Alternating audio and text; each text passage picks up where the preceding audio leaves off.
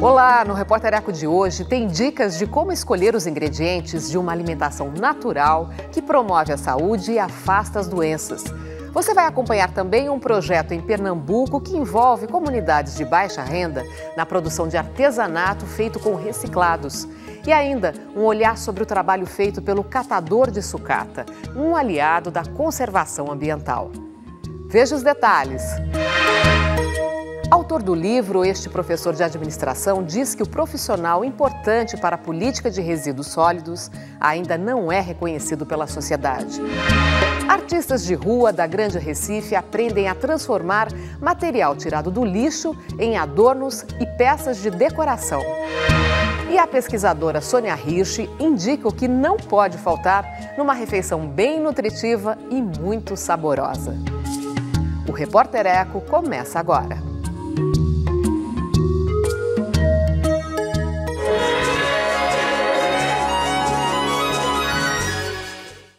Um agente social aliado do meio ambiente. O catador de sucata tem uma função importante ao tirar das ruas material que pode ser reaproveitado, mas a profissão precisa ser mais valorizada. É a proposta do livro Cadeia de Reciclagem, um olhar para os catadores. Faça chuva ou faça sol, a maranhense Dulcineia não desanima. Se é dia de coleta, veste a capa e vai à luta. Afinal, é preciso trazer material da rua para o sustento de 23 trabalhadores da Copamare, a primeira cooperativa de catadores a funcionar na cidade de São Paulo. Eu entro às 8 horas da manhã e saio às 5, 6 da tarde. Ontem eu saí às 10, que tinha coleta, trabalhei até às 10, de 7 horas da manhã até às 10 da noite. Os tempos de carrocinha ficaram para trás. Agora, Dulcineia vai para as ruas com o caminhão da cooperativa. Como cooperado ou catador independente, o papel desses homens e mulheres é o tema de Cadeia de Reciclagem, um olhar para os catadores. Este é o quarto livro de Jacques Demajorovic e o segundo sobre o assunto. Gestor ambiental e professor de pós-graduação em administração, ele trabalha com números do BNDES, Banco Nacional de Desenvolvimento. 1 milhão de catadores nos centros urbanos. Trabalhadores que são a base da pirâmide da reciclagem. Na verdade, ele não é um catador, ele é um agente ambiental. É esse termo que a gente usa no livro. Ele tem um papel fundamental, porque ele é o elemento central da nossa cadeia de reciclagem. É esse grupo, né, de catadores e de agentes ambientais que trazem para a cadeia de reciclagem a maior parcela dos resíduos. O grande problema dessa cadeia é que aqueles que coletam a maior parte é o grupo que recebe a menor parte. Injustiçado. Assim se sente quem na prática não recebe o valor justo pelo trabalho que faz. Você vai buscar, você tria, você prensa e os caras só compram a matéria já pronta e revende lá na frente a 3, 4 vezes maior do que o preço que eles compram aqui, né? Para ilustrar esta história, a fotógrafa Márcia Lima passou 3 meses nas ruas, cooperativas, até chegar aos lixões. Você entra no lixão, você vê lixo hospitalar, você vê ratazana, urubu e aquele contato, aquele odor. E você vê que tem pessoas que trabalham ali muitas horas por dia. É complicado. E foi num lixão que a fotógrafa encontrou o rosto para a capa do livro. A expressão forte é da Iraildes, uma mulher obrigada a abandonar a máquina de costura. Ela é costureira, ela é a mãe, e trabalhava em frente da fábrica de costura que foi desativada, ela perderam o emprego e foram para o lixão. Então imagina ela ali trabalhando no lixão 8, 10 horas por dia e olhando para a fábrica onde elas trabalhavam como costureira. O trabalho dos catadores é reconhecido pela Política Nacional de Resíduos Sólidos. Agora, diz o autor do livro, só falta colocar em prática este novo modelo de reciclagem em que responsabilidade e lucro são compartilhados de forma justa.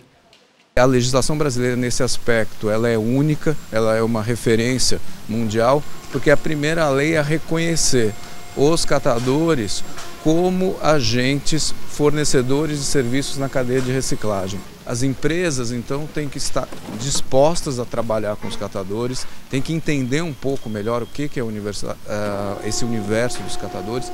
O poder público tem um papel fundamental, porque também sem o apoio do poder público é muito difícil também viabilizar toda a cadeia de reciclagem de uma forma mais justa, de uma forma mais equitativa.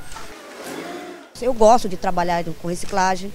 Eu gosto de trabalhar, eu sei que eu estou ajudando não só o meio ambiente, mas a mim também e as pessoas, a sociedade em todo. Eu me sinto muito orgulho da profissão de catadora.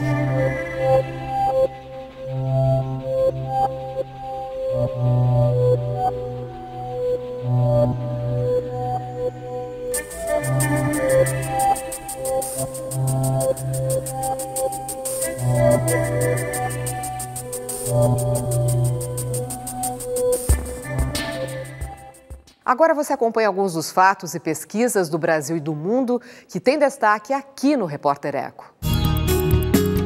Cientistas encontram evidências do planeta que teria colidido com a Terra e dado origem à Lua. Análises recentes de rochas lunares recolhidas por astronautas da missão Apollo identificaram resquícios desse mundo chamado Theia. Os pesquisadores dizem que a descoberta confirma a teoria de que a Lua foi criada na colisão que ocorreu há 4,5 bilhões de anos. Theia teria se desintegrado com o impacto. Energia eólica no Brasil. O CONAMA, Conselho Nacional de Meio Ambiente, aprova a resolução que define as normas para licenciar os parques de energia eólica. A medida deverá atrair mais investimentos para o setor elétrico e aumentar a participação de energia limpa e renovável, como a gerada pela força do vento. A energia eólica é uma das que mais crescem no mundo. Para proteger o boto, que vive na região amazônica, os Ministérios do Meio Ambiente e da Pesca decidiram proibir a captura da piracatinga por 5 anos, a partir de janeiro de 2015. O boto é caçado e serve de isca para fisgar o peixe. A piracatinga é exportada para a Colômbia e é vendida em Manaus com o nome de douradinha. Segundo estimativa do Instituto Piaguçu, cerca de 2.500 botos são mortos anualmente e viram comida para a espécie carnívora. O governo de São Paulo decretou o mico-leão preto como patrimônio ambiental do estado. Também foi lançada a Comissão Permanente de Proteção dos Primatas Nativos. O objetivo é promover o respeito, o conhecimento científico, a conservação e a recuperação dos primatas em seu ambiente natural. O IP, Instituto de Pesquisas Ecológicas, integra essa comissão. É uma das ONGs mais atuantes na proteção do mico-leão preto. O pequeno animal, que só existe na Mata Atlântica, ainda corre risco de desaparecer, mas melhorou de condição. Saiu da categoria dos mais vulneráveis de extinção, graças às ações de preservação ambiental.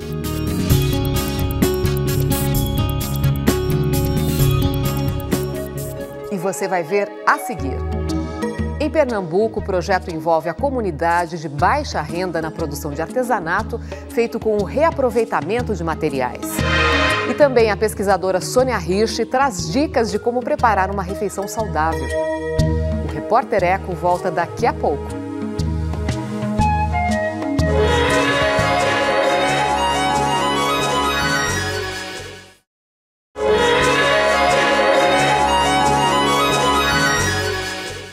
A ONG de Pernambuco envolve comunidades de baixa renda na produção de artesanato, feito a partir de garrafas PET e latas de alumínio. E esta iniciativa pode inspirar outros projetos socioambientais. Luminárias, objetos de decoração, bijuterias, criações do designer pernambucano Beto Kellner. Há 10 anos, o empresário mantém um instituto que cuida do trabalho social envolvido na produção das peças, feitas com matéria-prima que iria para o lixo. Da onde vêm aquelas miçangas coloridinhas que são a marca do trabalho de vocês? Vem da garrafa PET, que nós jogamos todos os dias fora, nós fazemos parte desse circuito, ou seja, que inicia pelos catadores de lixo, onde esses catadores vendem essas garrafas para as indústrias, a indústria transforma num pó, esse pó se torna numa liga e a partir dessa liga vai se transformar nas miçangas. E aí eu tenho uma infinidade de cores para dar o tingimento. A parte metálica através das latinhas de refrigerante, onde o processo é basicamente o mesmo dos catadores, que vai para a indústria. Essa indústria transforma em liga e é transformado nos fios, os fios de alumínio, que é a base da consistência das nossas peças. Foi um trabalho voluntário feito junto a uma organização não governamental chamada Casa de Passagem, em Recife, que lida com meninos e meninas de rua, que inspirou o designer a criar o Instituto. Hoje, o trabalho não é feito com os meninos em situação de risco social, e sim com artesãos que vendiam seus trabalhos nas ruas. Eles fazem o acabamento das peças. A parte inicial delas é feita em bairros pobres e essas tarefas são distribuídas por líderes comunitários. O grupo são de mulheres e adultos, que são de comunidades do Grande Recife, que atingimos mais de 600 famílias, porque há uma cultura no Nordeste que a mulher ela se torna a rima da família e em muitos momentos ela não pode trabalhar porque ela tem que cuidar dos seus filhos. E com esse trabalho ficou muito interessante, porque ao mesmo tempo ela pode trabalhar, cuidar dos seus filhos na sua própria casa e confeccionar nossas peças. Eu acredito muito que você tem que criar a cultura do transformar, mas com ganho, porque as pessoas têm que se sentir com dignidade, ela tem que ganhar, porque ela tem que cuidar da sua família, ela tem que ter capacidade de seus filhos estudarem e sentir realmente que ela faz parte da sociedade. As empresas tinham que ter dentro do seu foco de trabalho sempre um lado socioambiental, porque ao mesmo tempo que ela está produzindo para a sociedade, ela está cuidando também.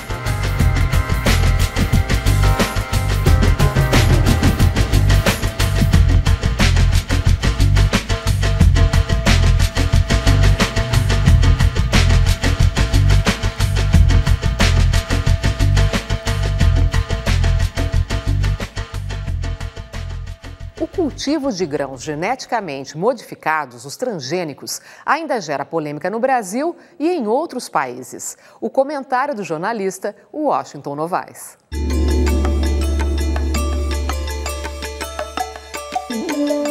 Voltaram a recrudescer nas últimas semanas notícias de problemas com culturas de transgênicos e em muitos lugares.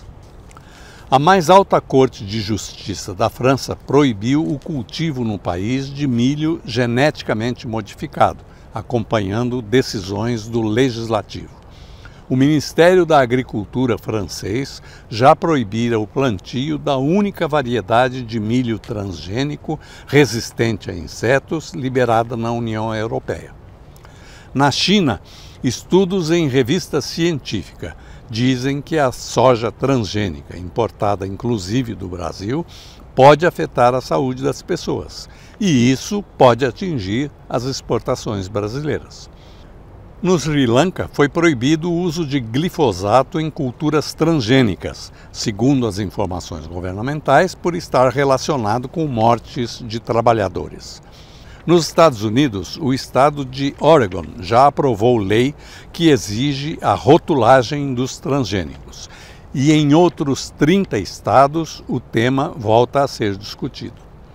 No Brasil, aguarda-se decisão do Supremo Tribunal Federal sobre a rotulagem obrigatória de qualquer produto que inclua transgênicos. Mas a CTN-Bio, o órgão nacional que regula o uso desses produtos, continua a liberá-los, apesar do argumento de que estão sendo desprezados tratados internacionais que o Brasil assinou e apesar das posições dos Ministérios da Saúde e do Meio Ambiente. De qualquer forma, esse tema dos transgênicos ainda vai voltar ao centro das discussões.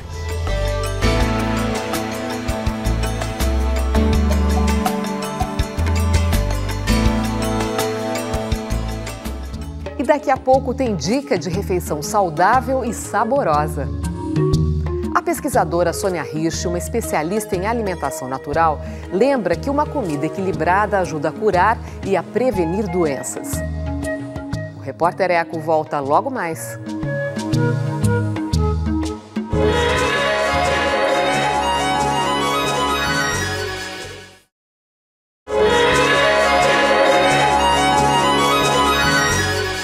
Uma refeição equilibrada é o que os especialistas em nutrição recomendam para se ter uma vida saudável. Um dos nomes mais conhecidos da alimentação natural é o da pesquisadora Sônia Hirsch. Estudiosa do assunto, ela vai dar dicas para compor uma comida saborosa e que ajuda a prevenir doenças.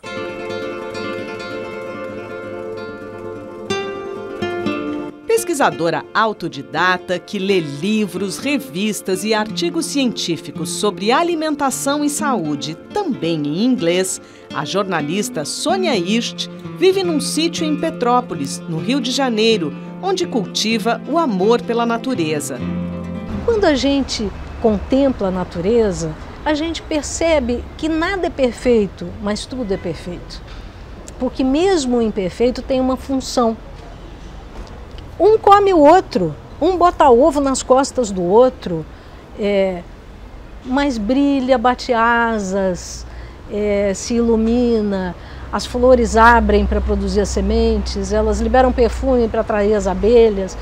E você fica se espelhando naquilo, isso mexe com as estruturas. Então você adquire um fundo melhor ao se espelhar na natureza. Autora de 17 livros, ela compartilha reflexões, crônicas, receitas e dicas práticas para ajudar as pessoas a se alimentar melhor. Porque eu tinha uma saúde péssima. Quer dizer, eu era jornalista desde os 18 anos, não tive formação acadêmica. Como jornalista, tomava muito cafezinho, comia na rua, comia qualquer coisa, usava muito leite para segurar a onda e o leite sempre foi ruim para mim, como é para a maior parte das pessoas, mas eu não sabia que os meus sintomas vinham daí. Sônia pediu demissão, pesquisou a macrobiótica, respirou, meditou. Foi vegetariana, mas hoje come de tudo, selecionando o que digere bem. Concluiu que a saúde é subversiva, porque não dá lucro a ninguém. A boa alimentação previne doenças. Como é que a gente escolhe os alimentos? Na feira, no horto-mercado. A gente olha para os alimentos, eles piscam para a gente. Você olha para uma couve-flor, se ela tiver escurinha por cima, você já sabe que ela não está boa. Se ela estiver dentro de uma lata, ou dentro de um congelado, ou dentro de um preparado, ela pode estar escura quanto quiser, que a gente não vai saber. Então, você selecionar os alimentos frescos, coloridos, preparados com simplicidade, feitos cada um com o seu sabor. Não precisa ficar acrescentando tabletinho, pozinho. Ela recomenda cuidado com o leite e os derivados. Leite é um produto de mãe para filho. No caso da vaca, ela faz um alimento que vai fazer o filho dela atingir 800 quilos, ter chifre, pelo e rabo. A proteína do leite tem aminoácidos que não nos servem. Sinusites, problemas de ouvido, problemas de audição, problemas respiratórios são ligados à proteína do leite.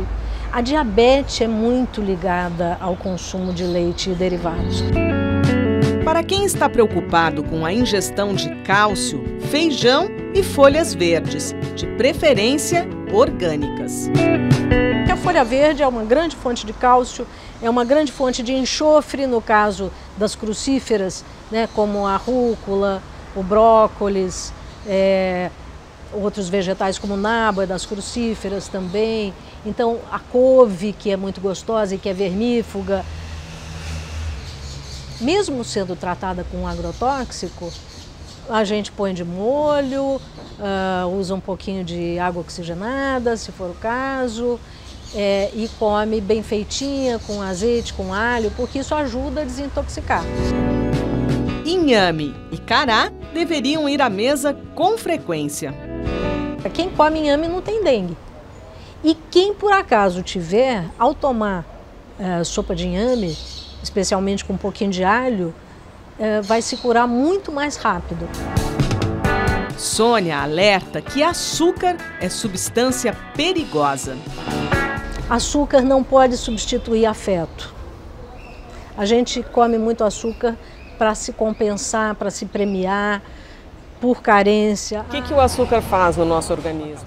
Rouba cálcio, rouba vitaminas, rouba minerais, estressa o pâncreas. O pâncreas é muito importante para o nosso equilíbrio, porque é ele que vai regular a dosagem de açúcar no sangue. Sempre disponível a orientar os leitores pelo blog soniairst.com e pelo Facebook, ela se sente feliz com isso. Através desse canal, a vida se tornou mais valiosa para mim. Então eu ganhei isso, eu ganhei um entusiasmo com as pequenas coisas que eu posso pesquisar e divulgar e que tem uma ressonância na saúde das pessoas, e saúde é alegria.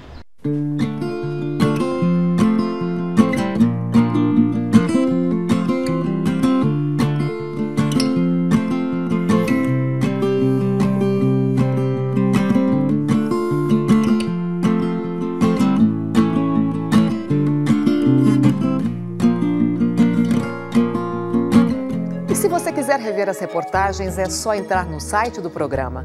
Anote aí os nossos endereços na internet.